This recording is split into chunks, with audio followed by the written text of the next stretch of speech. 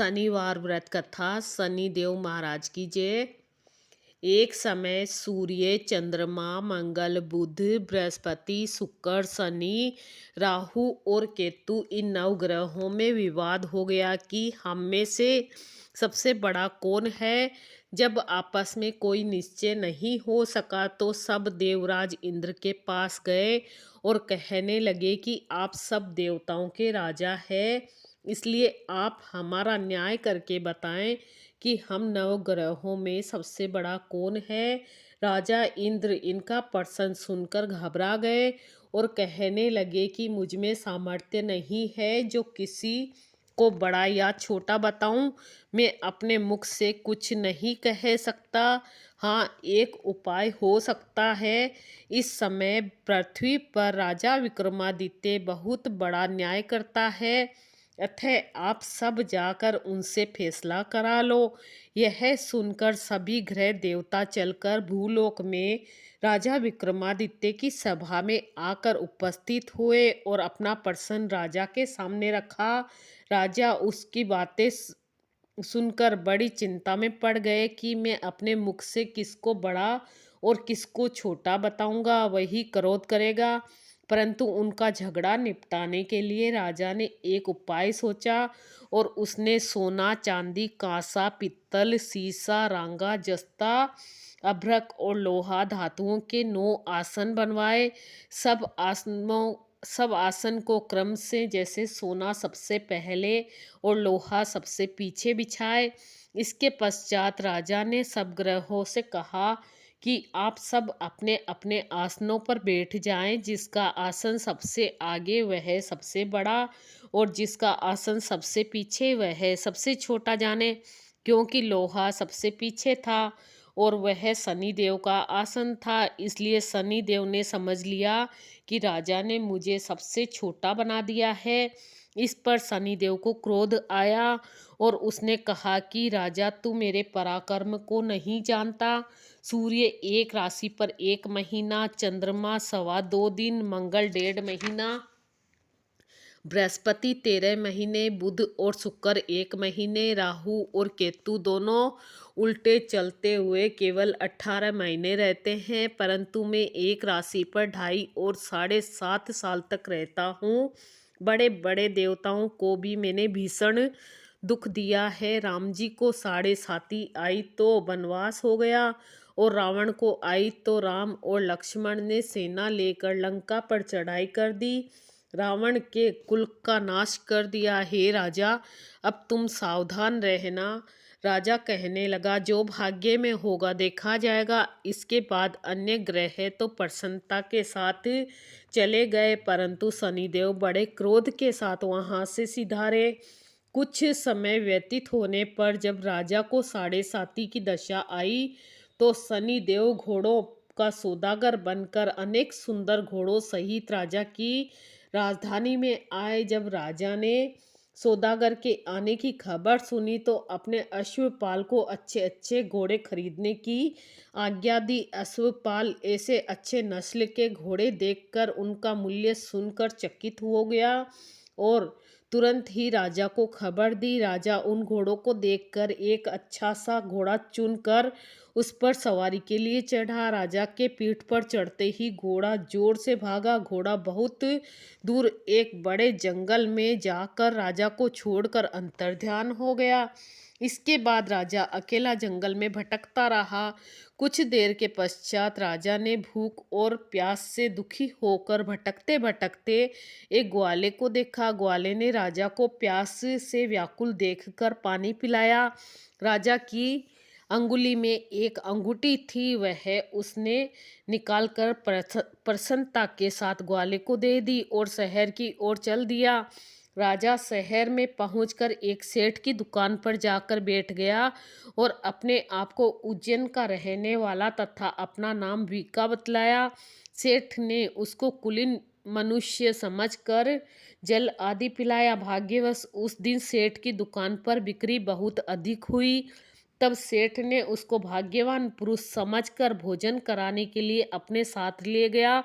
भोजन कराते समय राजा ने एक आश्चर्य की बात देखी कि खूंटी पर हार लटक रहा है और वह खूंटी उस हार को निगल रही है। सेठ को कमरे में हार न मिला तो सबने यही निश्चय किया कि सिवाय विक्का के और कोई इस कमरे में नहीं आया, अतः अवश्य ही उसी ने हार चोरी किया है। 5-7 आदमी इकट्ठे होकर उसको फौजदार के पास ले गए। फौजदार ने उसको राजा के सामने उपस्थित कर दिया और कहा कि ये आदमी तो भला भला प्रतीत होता है, चोर नहीं मालूम होता, परंतु सेठ का कहना है कि इसके सिवा और कोई घर में आया ही नहीं, अवश्य ही इसी ने चोरी की है। तब राजा ने आज्ञा दी कि इसके हाथ पैर काट कर चोरंगिया किया जाए। राजा की आज्ञा अनुसार तुरंत पालन किया गया और विक्का के हाथ पैर काट दिए गए। कुछ काल व्यतीत होने पर एक तेली उसको अपने घर ले गया। विक्का कोल्हू पर बैठा हुआ अपनी जुबा से बेल हाँकता रहा। कुछ वर्षों में शनि की दशा समाप्त हो गई। एक रात को वह वर्षा ऋतु के समय मल्हार राग गाने लगा। उसका गाना सुनकर उस शहर के राजा की कन्या उस राग पर मोहित हो गई और दासी को खबर लाने के लिए भेजा कि शहर में कौन गा रहा है। दासी सारे शहर में फिरती फिरती क्या देखती है कि एक तेली के घर में चौरंगिया राग गा रहा है।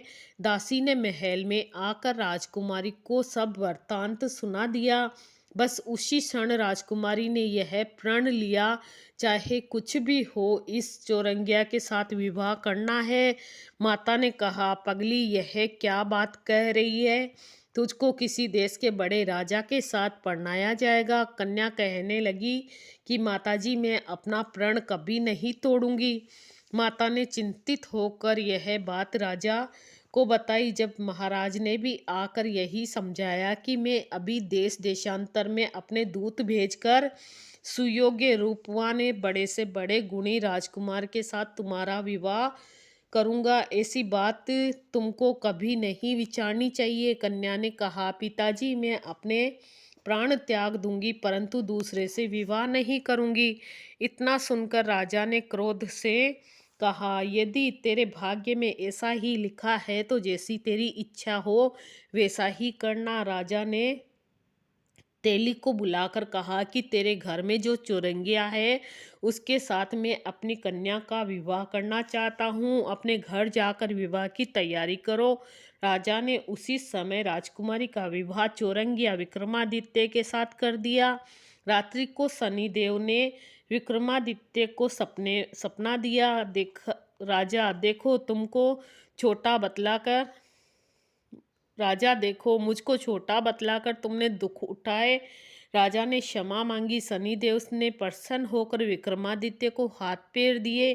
तब राजा ने कहा, महाराज मेरी एक प्रार्थना स्वीकार करें कि जैसा दुख आपने मुझे दिया है वैसा और किसी को नहीं दे। शनिदेव ने कहा कि तुम्हारी यह प्रार्थना स्वीकार है।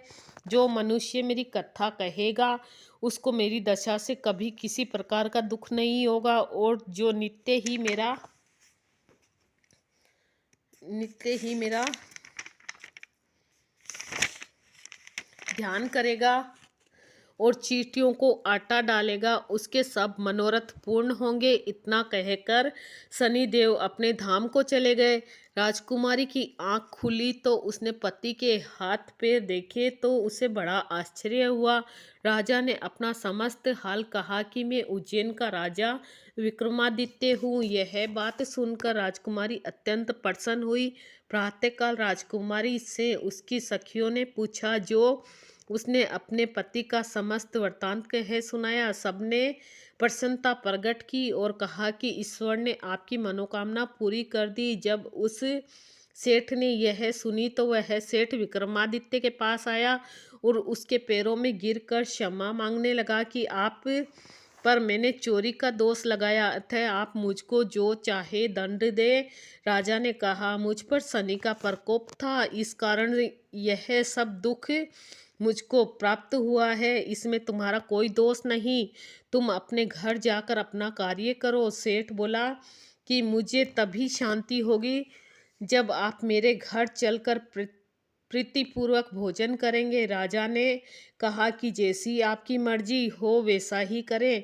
सेठ ने अपने घर जाकर अनेक प्रकार के भोजन बनवाए और राजा विक्रमादित्य को प्रतिभोज दिया। जिस समय वे भोजन कर रहे थे, एक अत्यंत आश्चर्य की बात सबको दिखाई दी। जो खूंटी पहले हार निगल रही थी, वह अब हार उगल रही है। अब जब भोजन समाप्त हो गया तो सेठ ने हाथ जोड़कर बहुत सी मोहरे राजा को भेंट की और कहा कि मेरे मेरे श्री कौरी नामक एक कन्या है, उसका परिग्रहण आप करें।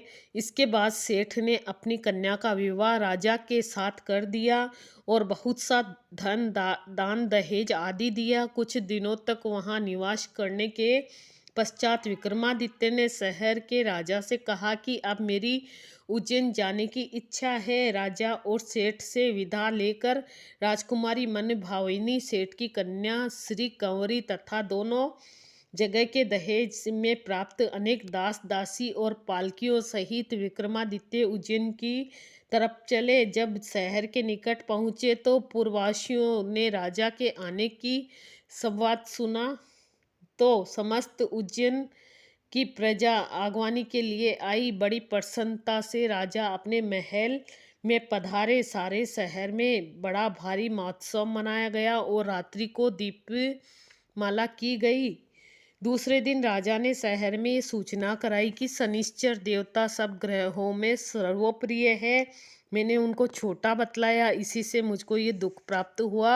सारे शहर में प्रत्येक शनिवार को शनिदेव की पूजा और कथा होने लगी। प्रजा अनेक प्रकार के सुख भोगती रही। शनि भगवान की जय। जो कोई शनिश्चर की कथा को पढ़ता है अथवा सुनाता है, शनिदेव की कृपा से उसके सभी कष्ट और दुख दूर होते हैं। शनि भगवान की जय। शनिदेव जी की आरती। जय श्री शनि देवा स्वामी, जय श्री शनि देवा। कष्ट न वे नर पाते, कष्ट न वे नर पाते, जो करते सेवा, जय श्री शनि देवा। सूर्य के वाहन छाया के पूता, स्वामी छाया के पूता। तुमसे विमुख जगत में, तुमसे विमुख जगत में नहीं कोई सुख पाता। जय श्री शनि देवा। जय दुख भंजन, जय जय रवि नंदन स्वामी, जय जय रवि नंदन। सेवा करे जो तुम्हारी, सेवा करे जो तुम्हारी, जग से तर जाता। जय श्री शनि देवा। रावण दुष्ट महाबली, सब जग है त्रासा, स्वामी सब जग है त्रासा। भीड़ पड़ी, भीड़ दृष्टि तुम्हारी पड़ी, दृष्टि तुम्हारी, हुआ कुल नाशा। जय श्री शनि देवा। तेज अपार तुम्हारा, अतुलित बलकारी, स्वामी अतुलित बलकारी। सब देवन के देवा, सब देवन के देवा, सुनिए विनय हमारी। जय श्री शनि देवा। जय श्री शनि देवा स्वामी, जय श्री शनि देवा। कष्ट न वे नर पाते, कष्ट न वे नर पाते, जो करते सेवा। जय श्री शनि देवा।